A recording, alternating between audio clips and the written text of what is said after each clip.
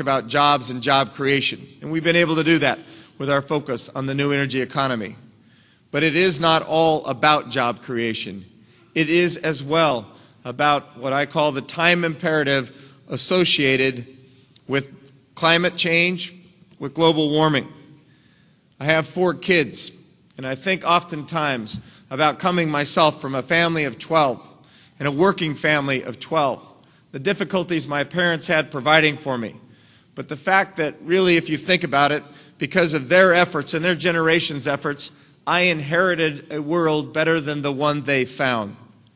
If we do what you as an alliance have as your vision, we have the ability to pass on to our children and our grandchildren a world better than the one we found, a world that is environmentally more secure, where our energy security is in place and makes our national security enhanced significantly, and certainly a world where economically there are more and diverse possibilities for our children and our grandchildren.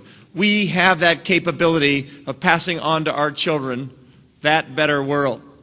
If we fail to do this, if we fail to act and act with the time imperative, then we are at peril of being the first generation in the United States of America to pass on to our children a world that's inferior to the one we inherited. Shame on us if we do that.